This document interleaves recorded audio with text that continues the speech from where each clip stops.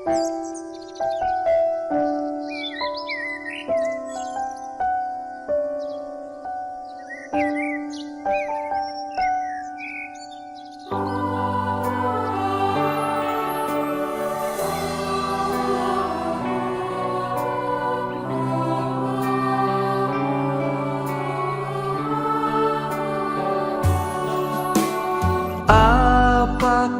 berat beban hidupmu dan telah usai pengharapanmu?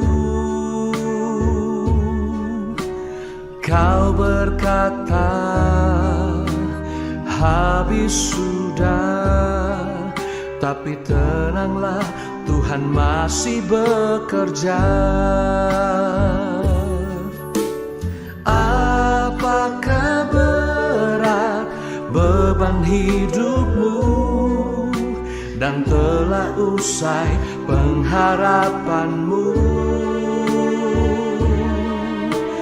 Kau berkata, habis sudah, tapi tenanglah, Tuhan masih bekerja. Di saat tiada harapan, tak terbuka jalan, yakinlah Tuhan masih bekerja. Di tengah badai menerpa, masalah melanda, percayalah Tuhan masih bekerja.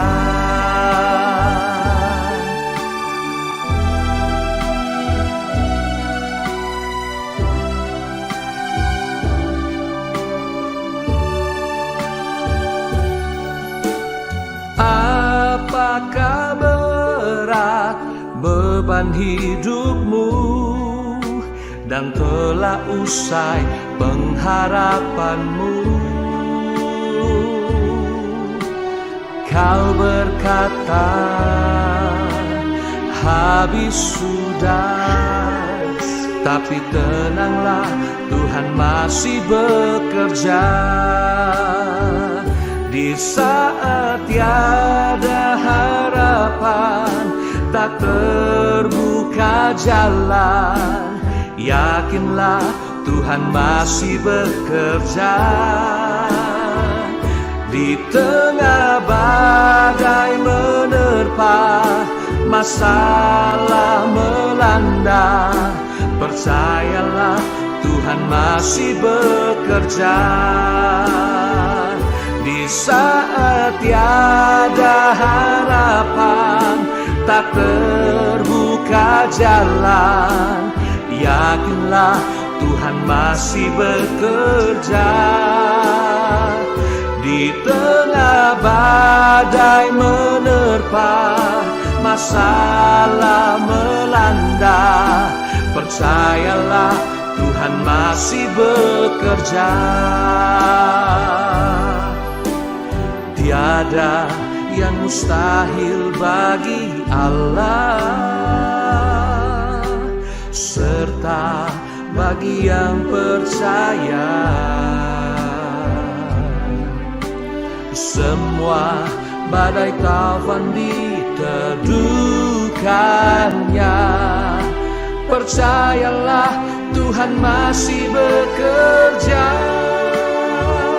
Di saat tiada harapan, tak terbuka jalan, yakinlah Tuhan masih bekerja. Di tengah badai menerpa, masalah melanda, percayalah Tuhan masih bekerja.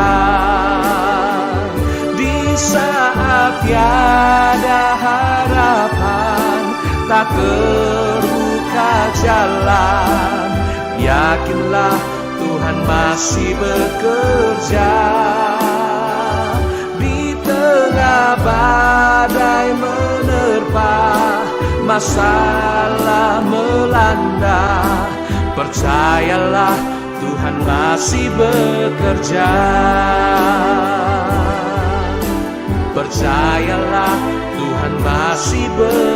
bekerja. Percayalah, Tuhan masih bekerja. Percayalah, Tuhan masih bekerja. Percayalah, Tuhan masih bekerja. Percayalah, Tuhan masih bekerja. Selamat malam semuanya. Jumpa lagi dengan saya, Pendeta Sony Sakarya, dalam program Tuhan Masih Bekerja. Saudara, pada hari ini, tadi saya melihat di YouTube ya, ada permohonan doa yang cukup mendesak dari Ibu Lisa, di mana anak menantunya masuk rumah sakit karena sedang mengandung 7 bulan dan tensinya tinggi terus. Sudah 2 minggu tensinya agak tinggi katanya. Jadi saya rasa kita bisa berdoa dulu buat mantu dari Pak Lukas dan Ibu Lisa ya, namanya Ines. Kita doa sama-sama dulu untuk Ines karena ini cukup mendesak karena ada di rumah sakit sekarang dan akan diputuskan apakah operasi sesar atau tidak. Rasanya harus operasi sesar karena Yosua tadi juga bicara di live chat bahwa harus operasi sesar. Jadi kita doakan dulu sebelum kita lakukan yang lainnya. Ya, nanti saya akan bacakan kesaksian, tapi kita akan berdoa dulu. Ayo mari kita satukan hati di dalam doa, saudara-saudara. Ayo semua kita berdoa sama-sama untuk Ines yang sedang ada di rumah sakit. Bapa dalam surga, kami datang bersama-sama Tuhan, kami menyatukan hati, sepakat di dalam doa. Kami percaya Tuhan, kalau kami sepakat Tuhan, maka Engkau mendengarkan doa kami. Tuhan, kami berdoa untuk Ines yang sedang ada di rumah sakit Tuhan, sedang bergumul dengan sakit penyakitnya, dengan kandungannya Tuhan. Dia sudah hamil 7 bulan Tuhan dan sedang menghadapi masalah di mana tensinya tinggi terus Tuhan. Kami berdoa biarlah Tuhan bekerja di dalam nama Yesus. Engkau ulurkan tanganmu atas tubuh Ines saat ini. Engkau tumpangkan tanganmu atas tubuh Ines saat ini. Di dalam nama Yesus, kuasa Tuhan bekerja, kuasa Roh Kudus dilepaskan ke atas tubuh Ines sekarang di dalam nama Yesus. Tensi yang tinggi kami perintahkan untuk kembali kepada titik yang normal, menjadi sembuh di dalam nama Yesus. Semua sakit penyakitnya dihancurkan dalam nama Yesus. Tubuh Ines menjadi sehat sempurna di dalam nama Yesus. Dan semua dokter yang menanganinya, Engkau memberikan hikmat, Engkau memberikan kemampuan khusus Tuhan untuk menangani dengan tepat Tuhan. Kami berdoa di dalam nama Yesus supaya kalau bisa nggak perlu operasi Tuhan, tetapi kalaupun harus operasi, Engkau menolong operasinya bisa berjalan dengan lancar ya Tuhan. Engkau menyelamatkan Ines dan anaknya. Di dalam nama Yesus kami berdoa, mohon perlindungan ilahi atas tubuh Ines dan anaknya sekarang di dalam nama Yesus. Kami berdoa, Engkau tutup bungkus Ines dan anaknya dan bayinya ini di dalam kuasa darah Yesus. Terima kasih Tuhan, kami percayakan Ines dalam tangan Tuhan. Kami percaya Tuhan masih bekerja dan Tuhan akan terus bekerja dalam keluarga ini Tuhan. Dan melalui apa yang Kau kerjakan ini Tuhan, Engkau menjamah kehidupan orang tuanya Tuhan. Engkau menjamah kehidupan keluarga Ines ini Tuhan, supaya semua mendatangkan kemuliaan. Kita lanjutkan mengenai settle for less. Jadi selama saya membahas tentang settle for less ini, saudara bisa memberikan komentar atau pertanyaan mengenai settle for less.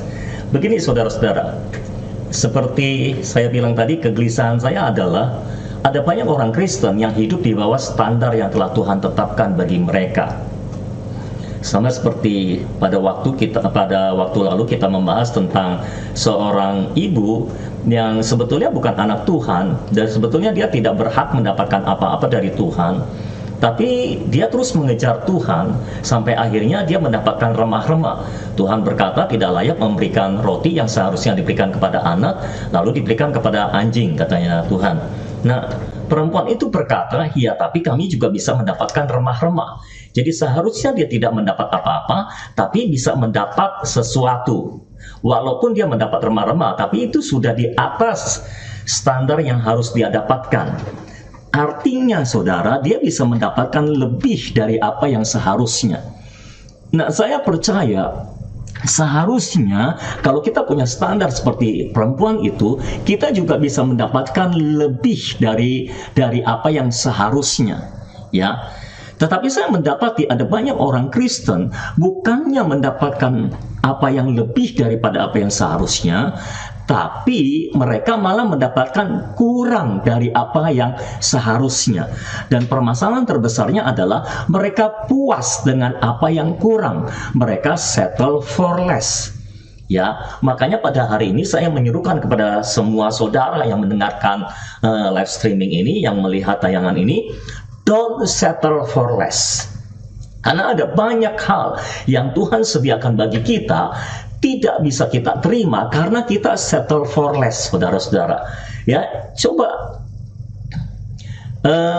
menurut analisa saya, menurut perhatian saya, kenapa orang Kristen kok settle for less? Misalnya katakanlah, kalau kita sakit, kita menerima dengan begitu saja sakit penyakit dengan berkata, ya mungkin ini kehendak Tuhan bagi saya sakit dan sebagainya. Lalu kalau kita miskin, misalnya jatuh miskin atau nggak punya pekerjaan, lalu kita berkata, ya mungkin ini kehendak Tuhan buat saya tidak mendapatkan pekerjaan yang bagus. Saya pikir tidak demikian, saudara-saudara. Penyebabnya adalah kenapa orang Kristen, orang percaya suka settle for less, suka puas dengan apa yang kurang. Penyebab yang paling krusial menurut saya adalah karena mereka tidak punya tolak ukur. Atau mereka punya tolak ukur tapi tolak ukurnya salah.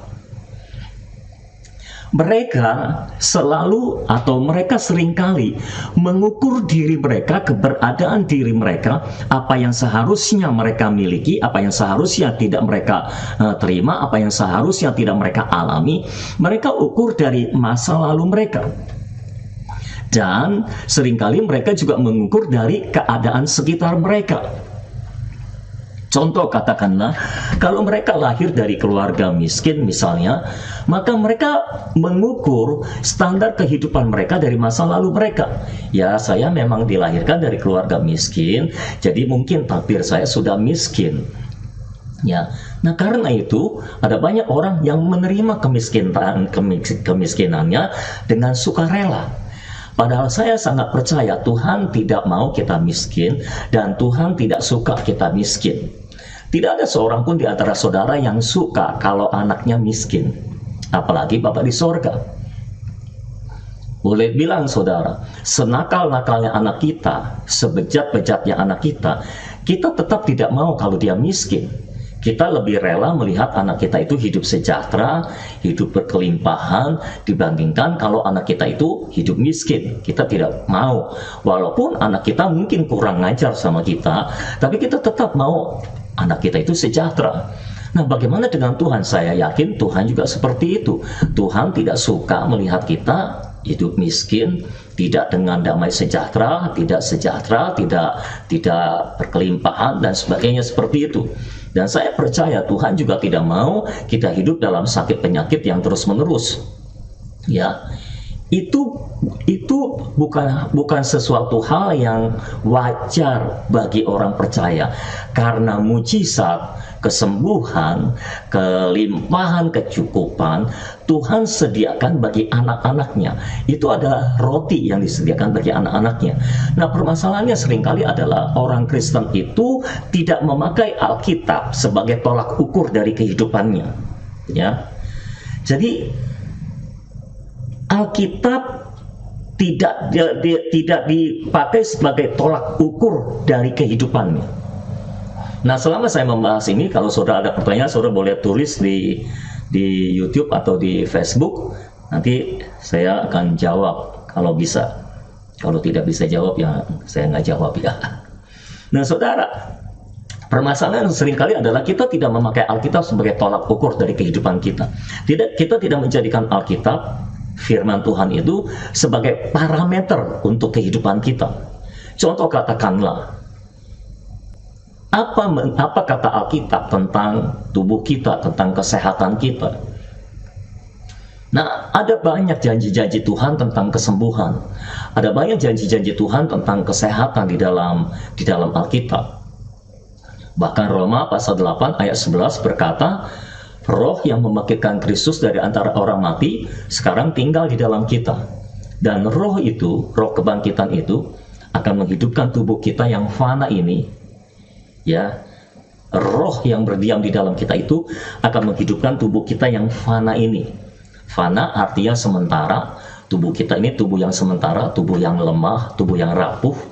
Tapi roh Kristus, roh kebangkitan Kristus itu akan menghidupkan tubuh kita yang fana ini. Artinya apa? Artinya kita bisa mendapatkan kekuatan ilahi, kita bisa mendapatkan kesehatan ilahi. Karena roh yang membangkitkan Kristus dari antara orang mati ada di dalam kita. Dan roh itu juga akan membangkitkan kita. Contoh katakanlah soal kecukupan atau kelimpahan. Apakah Tuhan mau, apa kata Alkitab tentang kehidupan keuangan kita, saudara? Saya mendapati Tuhan tidak pernah merencanakan untuk anak-anaknya hidup miskin, tidak pernah. Sejak awal Tuhan menciptakan manusia, Tuhan ciptakan Taman Eden sebelum Tuhan ciptakan manusia. Nah, di Taman Eden segala sesuatunya sudah ada. Makan tidak akan kekurangan karena waktu itu manusia makannya buah-buahan. Di Taman Eden semua air sudah ada, makanan sudah ada, bahkan tambang-tambang sudah ada. Ada banyak kelimpahan di Taman Eden. Setelah kelimpahan Tuhan ciptakan, baru Tuhan taruh manusia di Taman Eden. Tuhan ciptakan manusia dan dia menaruhnya di Taman Eden. Manusia pertama diciptakan di dalam kelimpahan. Dan Tuhan menaruh manusia di tengah-tengah kelimpahan yang ada. Manusia tidak kekurangan, saudara. Manusia pertama tidak kekurangan. Saya ulangi sekali lagi, manusia pertama tidak kekurangan.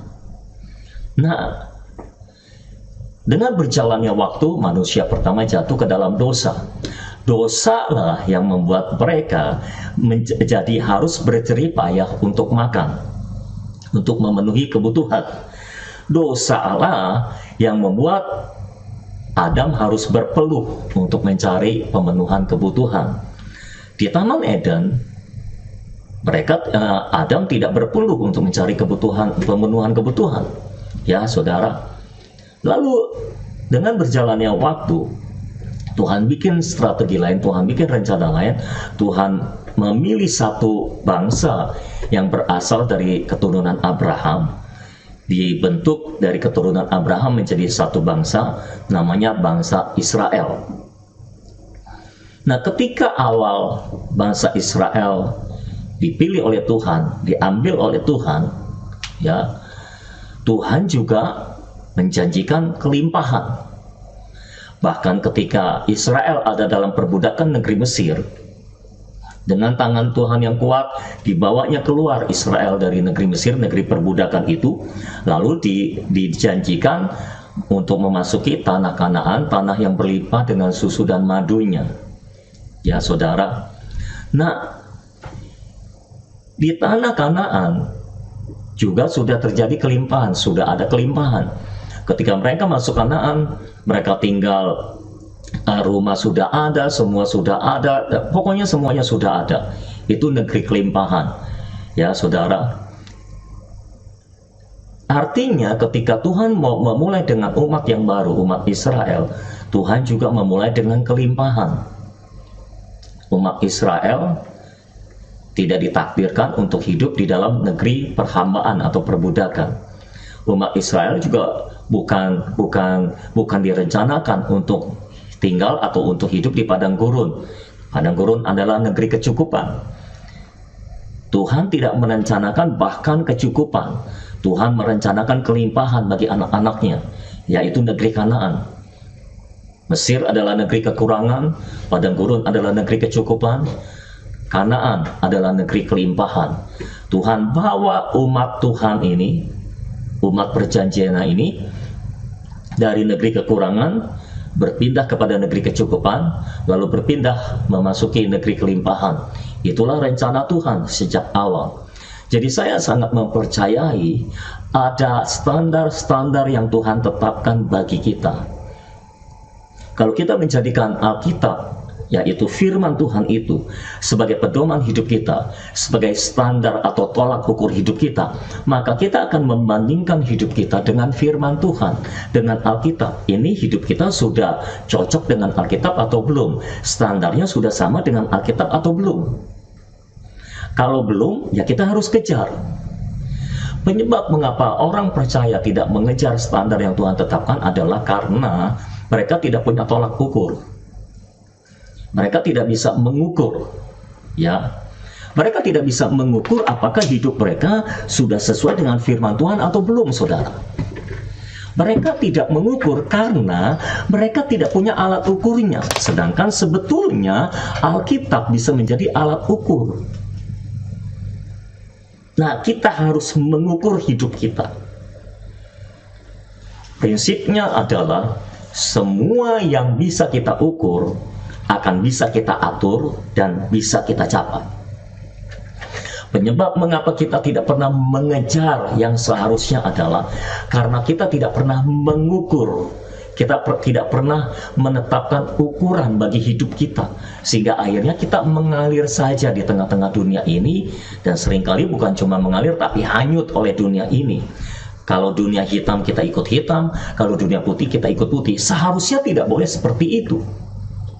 Seharusnya kalau dunia goncang, kita tidak bergoncang karena kita hidup dalam kerajaan yang tak tergoncangkan. Alkitab bilang seperti itu, firman Tuhan bilang seperti itu. Nah, saya percaya saudara, kalau saudara hidup berdasarkan standar Alkitab, maka standar hidup saudara akan sangat tinggi. Saudara tidak akan pernah mau settle for less. Maka seruan don't settle for less ini akan sangat berarti bagi saudara. Di mana posisi kehidupanmu sekarang ini? Apakah sudah sama dengan Alkitab? Alkitab itu, Tuhan itu, saudara selalu mengukur dan selalu memberi ukuran. Kalau saudara baca dalam Yehezkiel pasal 47,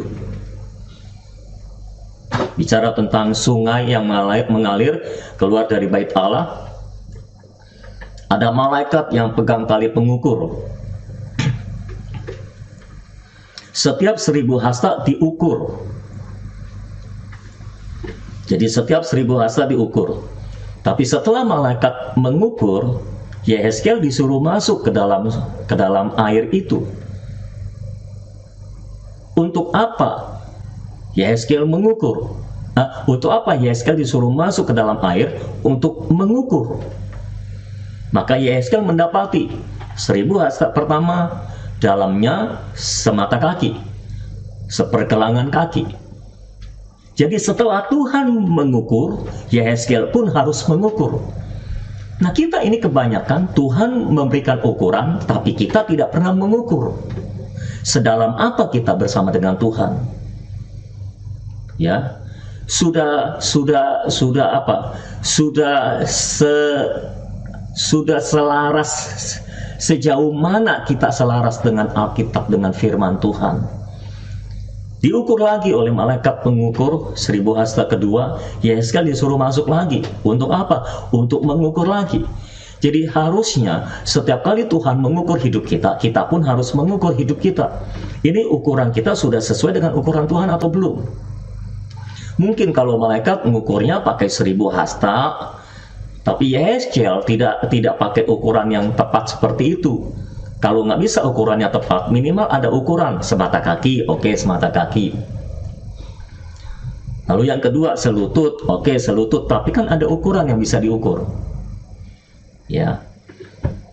Ketika baru sepergelangan kaki atau semata kaki, Yehezkiel harus mengejar ketinggian berikutnya, yaitu selutut.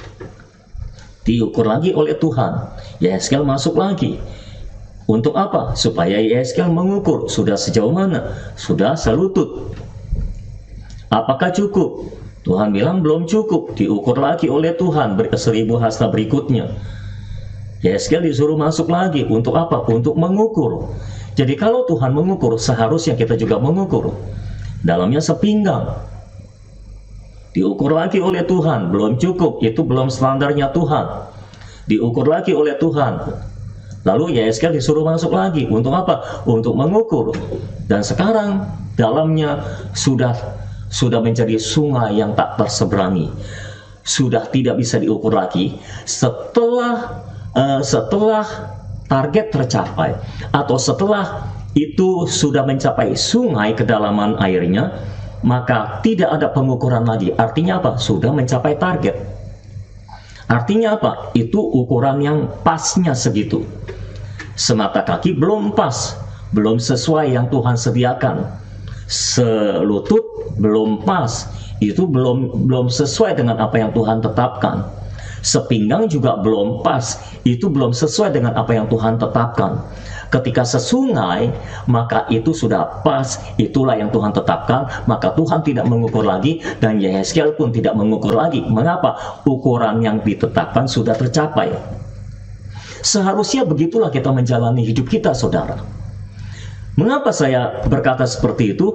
Karena ini berhubungan dengan mental attitude, sikap mental kita sebagai orang percaya.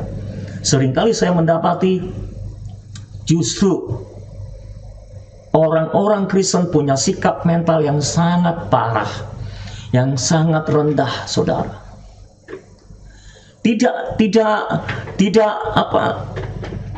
Mereka puas dengan apa yang sangat rendah. Mereka puas dengan apa yang sangat kurang. Mereka tidak berusaha mencari tahu ukuran yang seharusnya mereka capai itu semana. Ukuran yang seharusnya mereka capai itu sejauh mana. Dulu waktu saya masih muda, sekarang juga masih muda, dulu lebih muda. Dulu waktu saya masih muda, saudara, saya baca Alkitab. Itu saya baru-baru jadi orang Kristen gitu. Tapi sejak awal saya baca Alkitab, saya memutuskan untuk baca Alkitab setiap hari 4 pasal. 1 tahun itu selesai, Kejadian sampai Wahyu. Ketika saya baca Alkitab, saya mulai mengenali ukuran-ukuran yang Tuhan tetapkan buat kehidupan manusia. Dan saya mendapati ukuran yang Tuhan tetapkan itu buat saya itu luar biasa. Tapi kok hidup saya nggak sesuai dengan ukuran yang Tuhan tetapkan? Itu permasalahannya, saudara. Dan saudara tahu, saya penasaran. Saya tidak diam saja. Karena ketika saya baca Alkitab, saya jadi tahu ukuran saya yang seharusnya saya capai di dalam Kristus. Ukuran yang Tuhan tetapkan buat saya. Nah, saya ini lahir dari keluarga miskin, saudara. Ya, lahir dari keluarga miskin. Dari kecil saya sudah jadi orang miskin, sampai saya muda juga masih miskin. Nah, ketika saya membaca Alkitab dari Kejadian sampai Wahyu, saya mendapati seharusnya ini bukan yang saya alami. Ini bukan yang Tuhan tetapkan buat saya. Kemiskinan itu bukan yang Tuhan tetapkan buat saya. Bahkan ketika bangsa Israel masuk Kanaan, Tuhan memberikan hukum-hukumnya, hukum Taurat. Tuhan berkata, tidak akan ada yang miskin di antaramu. Jadi saya mendapati ini kehidupan saya nih belum seperti yang Tuhan tetapkan. Kenapa saya miskin? Kenapa saya berkekurangan? Padahal Alkitab ada banyak janji Tuhan di dalam hal keuangan. Ya, Tuhan memberkati orang yang dicintainya pada waktu tidur dan sebagainya. Berkat Tuhanlah yang menjadi kaya, susah payah tidak menambahinya, dan sebagainya. Singa muda boleh merana kelaparan, tapi orang yang takut akan Tuhan tidak akan kekurangan sesuatu yang baik. Saya mendapati semua firman yang saya baca itu kok tidak terjadi dalam hidup saya. Jadi awalnya saya hidup di bawah standar yang Tuhan tetapkan. Tapi ketika saya membaca Alkitab, saya mulai menemukan standar yang Tuhan tetapkan buat saya. Saya mulai menemukan ukuran-ukuran yang Tuhan tetapkan buat saya. Nah, karena saya sudah punya tolak ukurnya, karena saya sudah bisa mengukurnya, artinya saya bisa mengaturnya dan saya bisa mencapainya. Sejak saat itu, sejak waktu itu, saya benar-benar bergumul, saya benar-benar berdoa supaya kehidupan saya bisa normal seperti yang Alkitab katakan. Saya tidak kekurangan lagi, ya. Bahkan ketika awal saya jadi hamba Tuhan, awal saya jadi gembala sidang, bahkan bukan hamba Tuhan, karena sebelumnya saya bukan gembala sidang. Awal saya menggembalakan jemaat sedikit, dan penghasilan saya sangat sedikit waktu itu. Tapi di tengah-tengah penghasilannya sedikit dari gereja, istri saya yang tadinya bekerja, saya bilang sudahlah, full time saja. Kami hidup dengan iman, saudara-saudara. Dan kami cuma mengandalkan dari full time, bergantung pada tangan Tuhan untuk kecukupan hidup kami. Singkat cerita, saudara, saya terus berdoa, saya terus mendeklarasikan firman, saya terus sesuaikan keuangan saya atur keuangan saya. Pokoknya saya mengatur hidup saya sedemikian rupa supaya ukuran yang saya sudah terima dari Tuhan itu bisa saya capai. Jadi semua yang saudara bisa ukur, pasti bisa saudara atur, dan pasti bisa saudara capai, karena terukur. Penyebab mengapa saudara tidak pernah mengejarnya adalah karena tidak terukur. Nah, kalau saudara nggak pernah punya ukurannya, saudara nggak pernah bisa mengejarnya, saudara nggak pernah bisa mencapainya. Kalau saya pasang AC, saya kepanasan, saya akan turunin suhunya supaya lebih dingin, 18 derajat, 16 derajat, ya saudara. Nah, ketika saya sesuaikan suhunya, saya mengejar supaya saya nggak kepanasan, maka bisa. Kenapa? Karena bisa diukur, jadi bisa diatur dan bisa dicapai. Pokoknya segala sesuatu yang bisa saudara ukur, harusnya bisa saudara atur, dan harusnya bisa saudara capai. Karena itu penting bagi kita untuk menetapkan ukuran-ukuran dalam kehidupan kita.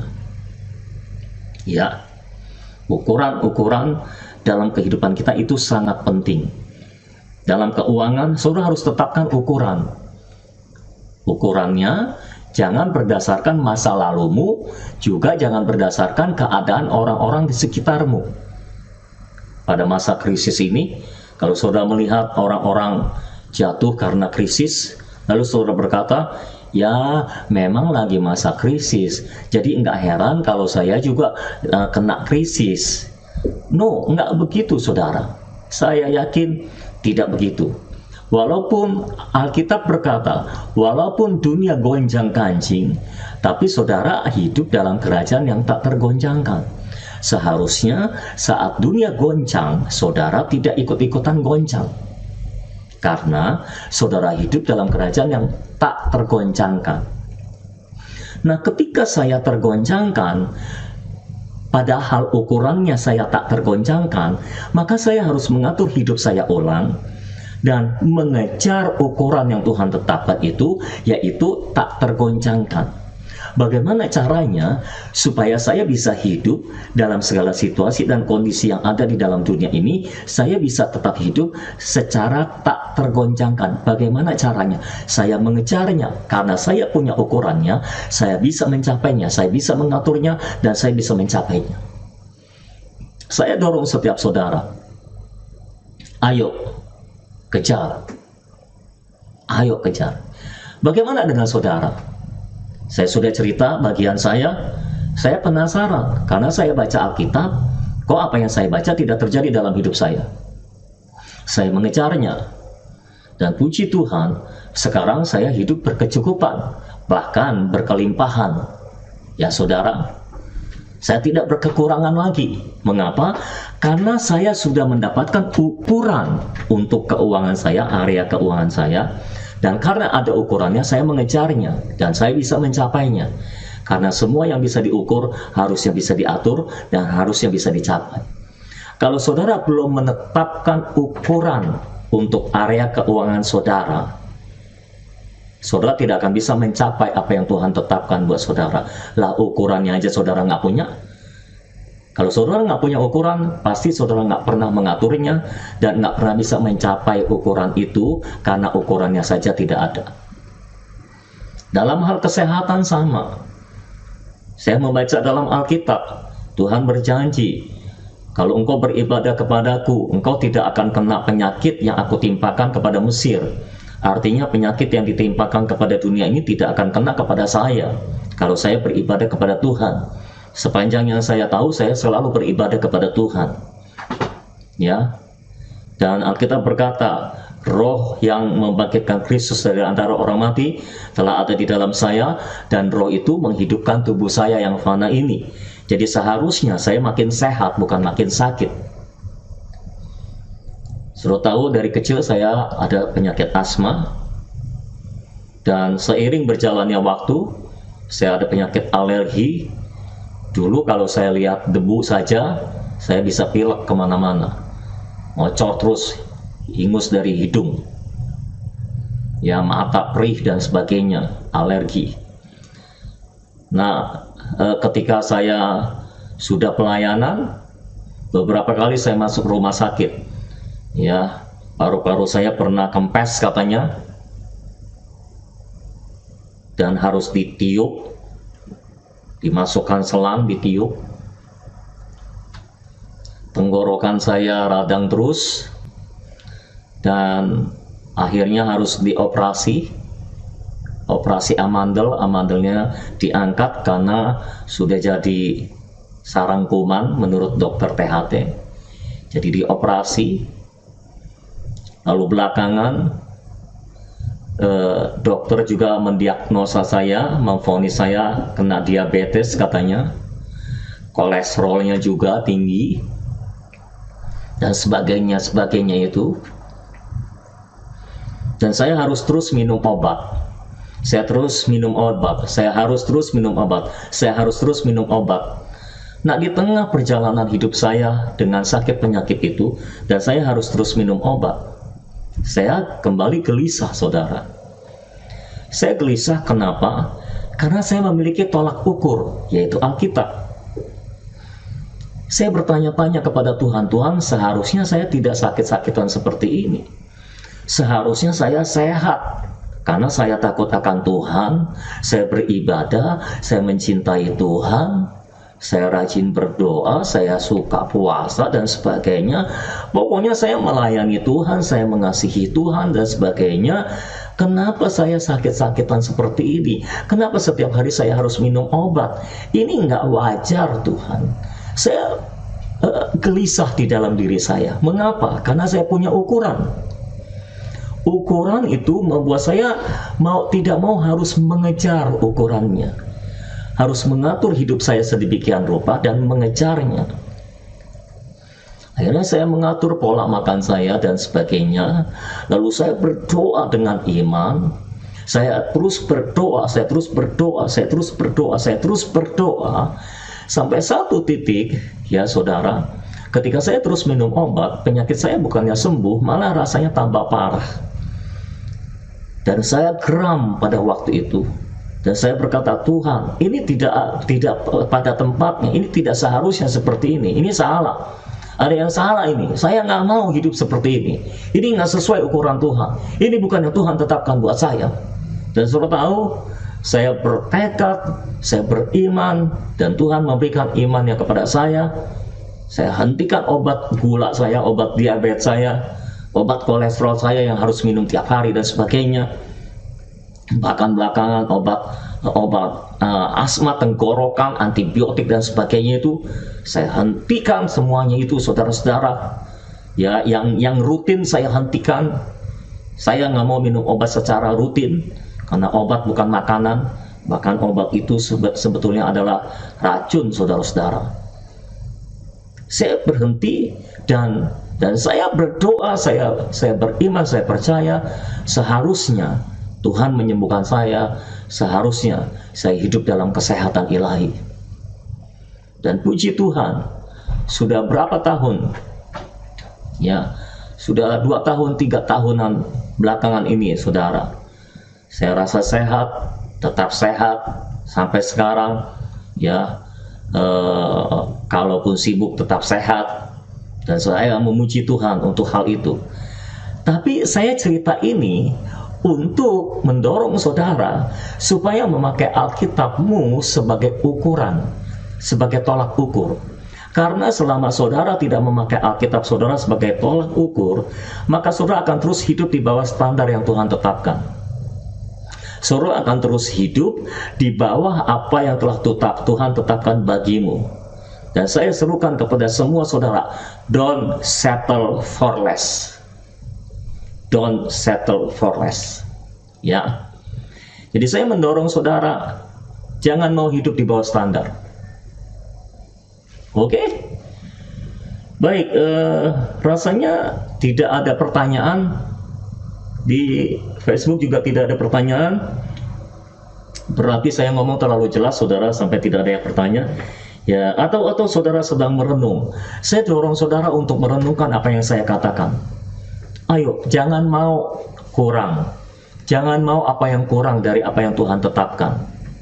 Tetapkan ukuranmu berdasarkan Alkitab. Alkitab harus menjadi ukuran saudara, tolak ukur saudara. Kalau saudara punya ukurannya, saudara pasti akan mengaturnya dan saudara pasti akan mengejarnya. Orang yang hidup asal-asalan adalah orang yang tidak punya standar. Orang yang hidup asal hidup adalah orang yang tidak punya ukuran. Itu sebabnya mereka tidak tahu kalau mereka sudah mencapai ukuran yang ditetapkan atau belum. Tapi kalau saudara hidup dengan ukuran yang dipatok, jelas berdasarkan Alkitab, maka hidup saudara akan terus mengejar apa yang telah dipatok. Saudara tidak akan puas sampai saudara ada pada posisi yang Tuhan tetapkan buat saudara. Yehezkiel disuruh mengukur terus, 4 kali dia mengukur. Dia harus mengukur, belum sesuai, ukur lagi, belum sesuai, ukur lagi, belum sesuai, ukur lagi. Sampai sudah kedalaman sungai, itu pas. Hadirat Tuhan, sungai roh yang Tuhan tetapkan buat saudara adalah sesungai, bukan semata kaki, bukan selutut, bukan sepinggang, tapi sesungai. Tuhan sediakan selalu yang terbesar buat saudara, selalu yang berlimpah buat saudara. Jangan puas dengan semata kaki, jangan puas dengan selutut, jangan puas dengan sepinggang. Ya, saudara harus berenang dalam sungai roh Allah. Saudara harus benar-benar ditenggelamkan dalam hadirat Roh Kudus, sehingga saudara benar-benar dipuaskan dengan hadirat kemuliaan dari Roh Kudus itu. Itulah target yang harus saudara capai. Jangan pernah puas dengan semata kaki. Hubunganmu dengan Tuhan, jangan pernah puas dengan semata kaki. Jangan pernah puas dengan selutut, jangan pernah puas dengan sepinggang. Kejar sampai sesungai. Sampai seluruh hidupmu ditenggelamkan dalam sungai rohnya. Baru kita puas, karena itulah target yang Tuhan tetapkan, karena itulah ukuran yang Tuhan tetapkan. Saya dorong semua orang percaya untuk menetapkan ukuranmu. Jangan sampai di bawah standar, ya saudara. Oh, ada pertanyaan ini sepertinya dari Elfrida Nino. Jadi untuk ukuran bagi kita orang percaya yang normal adalah sesuai Alkitab, ya Pak? Iya, jelas. Jangan mengukur dirimu dari keadaanmu yang lalu atau dari keadaan sekitarmu. Sesuai Alkitab. Yuliana, Pak, apakah sama standar dengan target? Ya, kalau sudah ada standarnya harus ditargetkan ke situ. Sama. Target bisa dibagi-bagi kecil-kecil, saudara. Standarnya yang tertinggi seperti Yehezkiel, sebetulnya standarnya adalah sesungai, tapi diukurnya 1000, targetnya sepergelangan kaki. Sudah tercapai, tingkatkan lagi selutut. Sudah tercapai, targetnya tingkatkan lagi sepinggang. Sudah tercapai, tingkatkan lagi sampai sesungai. Itu baru sesuai standarnya Tuhan. Pokoknya jangan berhenti sampai sesuai dengan standarnya Tuhan. Begitu saudara, ya. Terima kasih buat pertanyaan-pertanyaan ini. Saya rasa ini akan menolong semuanya, ya. Pertanyaan-pertanyaan ini akan menolong saudara. Nah, saya berdoa supaya semua saudara benar-benar akan mencapai targetnya Tuhan, mencapai standarnya Tuhan. Jangan jadikan Alkitab sebagai buku biasa, saudara. Itu patokan yang Tuhan tetapkan buat saudara. Itu tolak ukur yang seharusnya saudara capai. Hidup saudara harus sama dengan Alkitab, karena Alkitab adalah firman Tuhan. Itu standar yang Tuhan tetapkan. Ada lagi Elfrida Nino. Karena terkadang dalam kehidupan sehari-hari kita merasa ketinggian saat ikuti standar Alkitab. Bagaimana cara jitu untuk kita tetap mempertahankan bahwa Alkitab dan firman Tuhan ukuran standar kita? Ya, ini perlu keputusan kita, saudara. Kita harus percaya bahwa Alkitab adalah firman Tuhan. Dan namanya firman Tuhan adalah ketetapan Tuhan. Kalau kita percaya Alkitab adalah firman Tuhan, ketetapan Tuhan, ya kita yang harus menyesuaikan diri dengan Alkitab. Jangan standar Alkitab diturunin supaya Alkitab sesuai dengan kita. Kita yang harus naik sesuai dengan Alkitab. Ya saudara, selama ini yang orang Kristen lakukan adalah standar Alkitab diturunkan supaya sesuai dengan kita. Makanya hidup kita jadi turun, jadi nggak naik-naik. Tapi kalau standar kita adalah Alkitab, hidup kita naik terus, naik terus. Kan Alkitab berkata dalam Ulangan 28, engkau akan terus naik dan bukan turun. Bagaimana caranya terus naik? Standarnya harus Alkitab. Tolak ukurnya harus Alkitab, maka kita akan terus naik, terus naik, terus naik. Kita standarnya sesungai, baru sepergelangan kaki, kita naik lagi selutut. Baru selutut, nggak puas, kita naik lagi sepinggang. Sepinggang, belum puas, ya kita naik lagi sesungai. Jadi pertama kita harus percaya bahwa Alkitab adalah firman Tuhan. Ya, baru kita bisa menjadikan Alkitab sebagai tolak ukur untuk kehidupan kita. Selama kita tidak menjadikan Alkitab sebagai tolak ukur bagi kehidupan kita, maka hidup kita tidak akan naik terus. Hidup kita tidak akan terlalu beda dengan orang dunia lah, saudara. Karena standar yang kita pakai sama dengan orang dunia. Oke, mari lihat. Intinya kita harus terus berjuang ya Pak, sampai sesuai dengan apa kata Alkitab. Ya, jelas seperti itu. Dan sebetulnya apa yang Tuhan sudah gariskan, apa yang Tuhan sudah tetapkan, itu ada anugerahnya untuk kita mencapai ke sana. Ya, itu janji Tuhan, ketetapan. Di balik setiap ketetapan Tuhan yang harus kita capai, pasti ada anugerah untuk kita mencapainya. Ya, yang penting kita punya kemauan untuk mencapainya, selebihnya Tuhan akan memberikan anugerah. Seperti saya tidak puas dengan kekurangan yang saya alami. Karena saya membaca Alkitab, makanya saudara harus membaca Alkitab supaya tahu patokannya, targetnya apa, ukuran Tuhan. Saya merasa hidup saya nggak sesuai dengan Alkitab. Saya penasaran, saya nggak puas.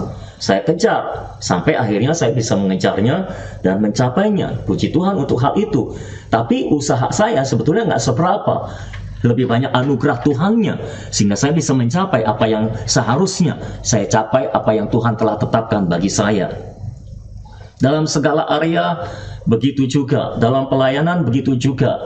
Saya nggak puas dengan pelayanan yang ya tidak melihat pekerjaan Tuhan dan sebagainya.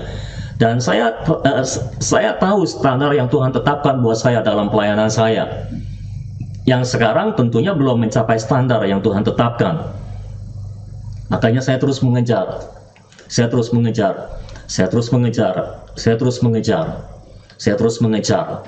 Akan tiba waktunya, setiap kali saya pelayanan, ada orang-orang yang akan disembuhkan dari berbagai sakit penyakit. Orang lumpuh berjalan, orang buta melihat, orang tuli mendengar, orang sakit kanker sembuh, orang sakit tumor sembuh. Tidak ada penyakit yang ringan, tidak ada penyakit yang berat di mata Tuhan, dan semua bisa disembuhkan. Bukan saya yang bekerja, tapi Roh Kudus yang bekerja, dan Roh Kudus akan memberitahu saya apa yang Dia kerjakan, dan saya tinggal mengucapkannya. Pokoknya bukan saya yang bekerja, tapi Roh Kudus yang bekerja. Itu standar yang Tuhan tetapkan. Saya merasa seperti itu, dan saya terus mengejarnya. Saya terus mengejarnya, saya terus mencari cara, saya terus mengaturnya supaya saya bisa mencapainya. Ada satu lagi, Yuliana. Hari ini kita lewat sedikit, nggak apa-apa ya saudara, karena hari ini saya mau interaktif.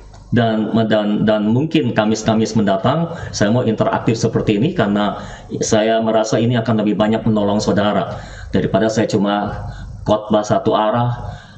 Saudara lakukan atau tidak lakukan saya juga tidak tahu ya, jadi lebih baik kita diskusi supaya saudara lebih mantap pemahamannya. Yuliana, mungkin kalau standarnya sesuai Alkitab, untuk start awal kita buat target seperti di kitab Yehezkiel sampai kita mencapai titik standar Tuhan. Apakah bisa seperti itu, Pak? Bisa. Bisa saja seperti itu. Kita merasa ketinggian, oke, bikin target yang lebih rendah, tapi terus mengarah ke sana.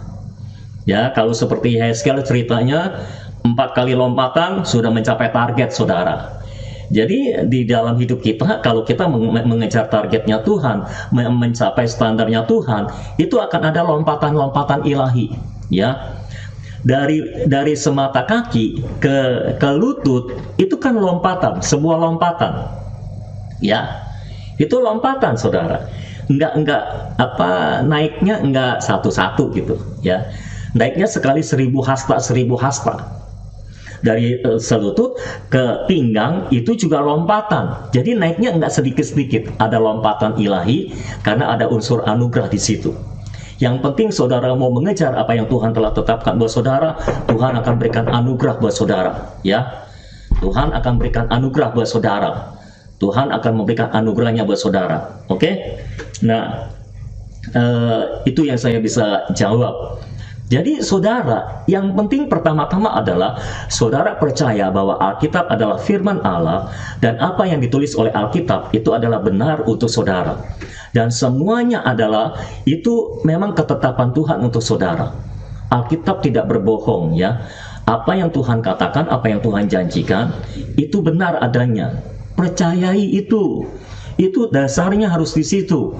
Saudara harus percaya bahwa Alkitab itu firman Allah dan itu adalah ketetapan Allah bagi saudara. Kalau saudara tidak percaya Alkitab itu firman Allah, Alkitab itu ketetapan Allah buat saudara, nah ini masalahnya. Sehingga saudara tidak pernah menjadikan Alkitab sebagai tolak ukur. Saudara merendahkan Alkitab, saudara menurunkan standar Alkitab, ya. Jadi bisa seperti itu. Standarnya kalau terlalu tinggi, ya pastilah, ya pasti standar yang Alkitab seperti saya dalam keuangan juga kan nggak langsung mencapai itu. Saya awalnya cuma gelisah, bertanya-tanya, harusnya nggak begini, harusnya nggak begitu, harusnya nggak begini, harusnya nggak begitu. Kenapa begini, kenapa begitu, kenapa begini, kenapa begitu. Tapi puji Tuhan, melalui pengalaman itu saya bisa mengajarkan saudara sekarang. Ternyata kita perlu tolak ukur. Karena prinsipnya adalah semua yang bisa kita ukur akan bisa kita atur dan akan bisa kita capai. Nah, saya berdoa supaya saudara benar-benar bisa mencapai standar yang Tuhan tetapkan. Ada lagi Jaya Abadi Pinyo. Jadi semua area hidup kita harus mengikuti standar Alkitab, ya Pak? Iya, harus. Karena Alkitab diberikan, memang Alkitab itu buku manual kehidupan saudara. Ya, kalau saudara beli TV, ada manualnya. Manual itu adalah standar yang ditetapkan oleh pabriknya. Misalnya TV harus dicolok ke listrik, baru nyala, baru tekan on, power on. Kalau saudara nggak colok ke listrik, saudara tekan power on, tidak akan nyala. Jadi harus sesuai dengan standarnya. Misalnya saudara beli TV di Indonesia, voltasenya 220 volt. Tapi kalau di luar negeri voltasenya mungkin 110 volt. Jadi tergantung saudara beli TV-nya di mana, voltasenya yang mana. Kalau disuruh voltase 220 volt, saudara pakai voltase 110 volt, ya nggak bisa. Kalau TV-nya 110 volt, tapi saudara colok ke 220 volt juga nggak bisa. Ya, manual booknya bilang TV harus dicolok ke listrik, tapi saudara colok ke hidung, ya nggak bisa nyala. Mungkin saudara punya setrum listrik dalam tubuh saudara, tapi nggak bisa nyala. Jadi Alkitab itu buku manual kehidupan. Semua harus sesuai dengan standar manual kehidupan, baru manusia itu akan benar-benar sempurna sesuai dengan yang Tuhan harapkan. Karena Alkitab adalah standarnya. Jadi begitu saudara-saudara, ya. Saya berdoa supaya sejak hari ini semua saudara termotivasi untuk menetapkan standar kehidupan saudara. Jangan puas dengan apa yang kurang dari apa yang Tuhan tetapkan. Don't settle for less, ya. Kalau saudara masih terus begini-gini saja, minggu depan kita akan bahas lagi tentang settle for less. Atau nanti saudara di nanti kan diupload rekamannya, saudara bisa tulis komentar di situ atau pertanyaan di situ untuk kita bahas pada minggu depan. Ya, begitu saja saudara ya, nanti rekaman hari ini akan diupload dan saudara tulis pertanyaan-pertanyaan yang saudara masih mau tanyakan di situ, kita akan bahas minggu depan. Ya, saya akan bahas dari pertanyaan-pertanyaan itu minggu depan supaya standar hidup kita benar-benar pas sesuai dengan apa yang Tuhan tetapkan. Paham ya saudara ya? Saya berdoa supaya semua saudara paham. Nah, saya rasa pertanyaannya cukup. Nanti saudara tulis saja di rekaman videonya supaya kita bisa bahas pada minggu mendatang. Nah, hari ini saya mau berdoa saudara untuk seorang ibu yang bernama Ibu Tabita. Ibu Tabita ini beberapa waktu yang lalu direkomendasikan oleh Ibu Nanik. Ibu Nanik itu ya ibunya Aci, untuk berlangganan daily bread ya, dan sejak saat itu dikirimi daily bread setiap pagi. Nah, satu kali Ibu Tabita mengirimkan chatnya ke hotline chat kita. Dia berkata seperti ini, "Maaf Bapak, saya baru dapat bangun dari tiduran sejak sakit 16 Juni 2020. Ini diterimanya bulan Agustus, saudara. Jadi sekitar 2 bulanan dia sakit dan baru bangun dari tiduran sejak sakit 16 Juni. Lalu baru bisa baca daily bread itu. Saya operasi sudah 18 kali. Ada 2 tumor besar di dalam lambung dan usus besar melingkar di liver." Bayangkan saudara, sakit sudah 18 kali. Terus terang saya membaca chat dari ibu ini, saya saya tergerak oleh belas kasihan saudara. Saya mau doakan pada hari ini dan saya yakin saudara juga mau doakan. Lalu dia bilang gini, ini disuruh operasi. Katanya penyebabnya kelenjar tiroid. Jadi sudah operasi 18 kali, sudah disuruh operasi lagi saudara. Lalu dia bilang, Ibu Tabita bilang, "Saya tidak mau lagi Pak. Jadi dia tidak mau dioperasi lagi maksudnya. Saya hanya obat dari Tuhan. Saya minta pertolongan dari Dia." Iya. Kapan dan waktunya Tuhan mengatakan mujizat itu datang dan nyata untuk hambanya ini. Haleluya. "Aku di rumah sendirian." Nah, ini yang lebih menyedihkannya lagi saudara. Suami sudah meninggal, anakku ada 2, yang cowok entah rumahnya di mana, tidak tahu alamatnya. Anak kedua cewek ada di Jogja, tapi dihubungi tidak diangkat-angkat. Sampai sekarang saya masih ingin jumpa anakku untuk terakhir kalinya. Ini doa saya. Jadi ini doa dari Ibu Tabita supaya dia bisa berjumpa dengan kedua anaknya.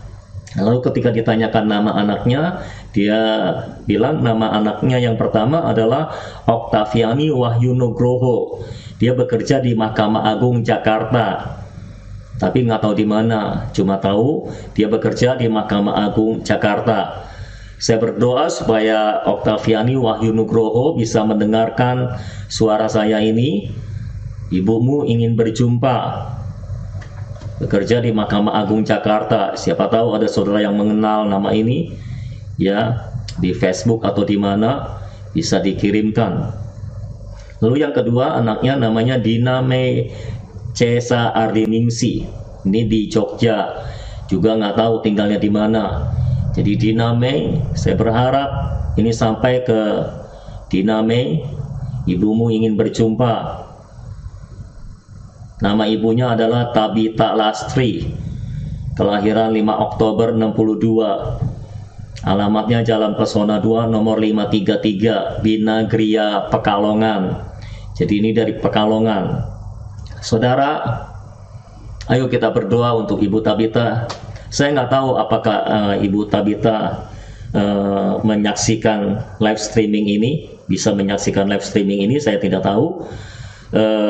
Tapi saya mau berdoa buat Ibu Tabita. Saya sudah Saya sudah beritahu dia bahwa saya akan doakan di acara Tuhan Masih Bekerja ini, ya saudara. Ayo kita berdoa buat Ibu Tabita. Kita berdoa supaya dia disembuhkan dari penyakit tumornya itu, supaya dia nggak dioperasi lagi, dia bisa sehat, dan kemudian bisa ketemu dengan 2 orang anaknya. Mari kita menyatukan doa kita sama-sama, saudara. Oh Bapa dalam surga, kami datang kepadamu Tuhan. Kami membawa Ibu Tabita kepada Tuhan. Tuhan, kasihani hamba-Mu ini Tuhan, kasihani anak-Mu ini Tuhan. Kami mohon belas kasihan atas Ibu Tabita yang ada di Pekalongan. Bapak, kami berdoa di dalam nama Yesus, Engkau menjamah tubuhnya sekarang ini Tuhan. Kami tidak tahu Tuhan keadaannya sekarang, tapi kami berdoa di dalam nama Yesus. Ulurkan tangan-Mu, jamah Ibu Tabita sekarang. Roh Kudus, Engkau menjamah kehidupan Ibu Tabita, Engkau menjamah tubuhnya Ibu Tabita Tuhan. Sembuhkan Tuhan di dalam nama Yesus. Kuasa dalam nama Yesus, kuasa darah Yesus, kuasa Roh Kudus menjamah tubuh Ibu Tabita di dalam nama Yesus. 2 tumor di ususnya, di lambungnya, 2 tumor itu aku perintahkan pergi sekarang di dalam nama Yesus, lenyap di dalam nama Yesus.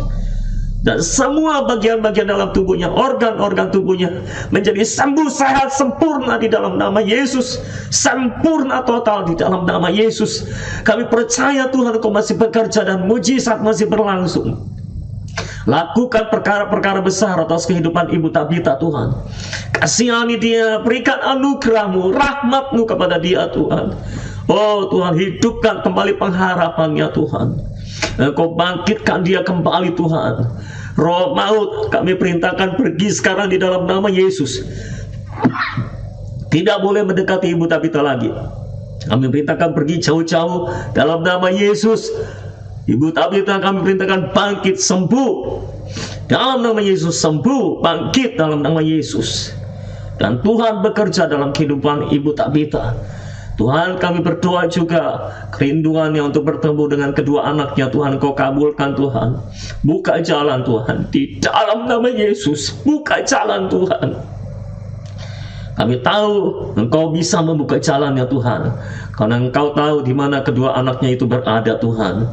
Kami berdoa, pertemukan mereka, tolong mereka Tuhan, satukan mereka kembali, dan sembuhkan Ibu Tabita Tuhan. Terima kasih Bapa dalam surga, terpujilah nama-Mu untuk selama-lamanya. Kami percaya kuasa Tuhan nyata atas kehidupan Ibu Tabita. Tolong dia Tuhan. Terima kasih Tuhan. Terima kasih Tuhan. Tuhan, hamba berdoa untuk semua pemirsa yang ada, yang menyaksikan pada saat ini Tuhan. Kiranya turun berkat-Mu atas mereka semua Tuhan. Firman yang disampaikan biar termeterai dalam kehidupan kami Tuhan. Biarlah setiap umat Tuhan yang menyaksikan tayangan ini Tuhan, tidak lagi mau settle for less Tuhan, tidak lagi mau hidup di bawah standar ilahi Tuhan. Biarlah semua orang yang mendengar firman Tuhan ini akan bangkit dalam nama Yesus, tidak lagi hidup di bawah standar ilahi. Semuanya akan bangkit sejak hari ini, mengejar target ilahi dalam kehidupan mereka, dan mereka akan mencapai target ilahi dalam kehidupan mereka di dalam nama Yesus. Tidak ada yang merasa puas kalau belum mencapai standar ilahi, dan kami akan merasa puas kalau standar ilahi sudah dicapai dalam kehidupan kami. Terima kasih Bapa dalam surga, terpujilah nama Tuhan untuk selama-lamanya. Biar nama Yesus dibesarkan, dipermuliakan dalam kehidupan kami dari sekarang sampai selama-lamanya. Kami berdoa untuk program Tuhan Masih Bekerja ini, terus bekerja dalam program ini Tuhan. Sembuhkan banyak orang sakit melalui program ini Tuhan. Oh, Engkau kerja dengan luar biasa Tuhan melalui program ini Tuhan. Jamah kehidupan banyak orang melalui program ini Tuhan. Dan Engkau yang menyebarluaskan Tuhan program ini Tuhan kepada sebanyak mungkin orang untuk menerima jamahan Tuhan. Terima kasih Bapa dalam surga, terpujilah nama Tuhan untuk selama-lamanya. Kami berdoa memeteraikan semuanya ini di dalam nama Tuhan kami Yesus Kristus yang hidup, yang ajaib, yang luar biasa, yang telah mati bagi kami dan telah bangkit bagi kami dan naik ke sorga bagi kami dan akan datang kembali bagi kami juga Tuhan. Terima kasih Bapa, dalam nama Yesus kami berdoa, kami mengucapkan syukur kepada Tuhan. Amin, amin, amin. Amin saudara. Haleluya. Kalau saudara belum subscribe, silakan subscribe di channel ini. Dan kalau saudara belum berlangganan Daily Bread, saudara bisa daftar di hotline chat. Dan terus ikuti program Tuhan Masih Bekerja, dan sebarluaskan acara ini supaya sebanyak mungkin orang bisa dijamah oleh Tuhan melalui program ini. Baik, saya rasa hari ini cukup.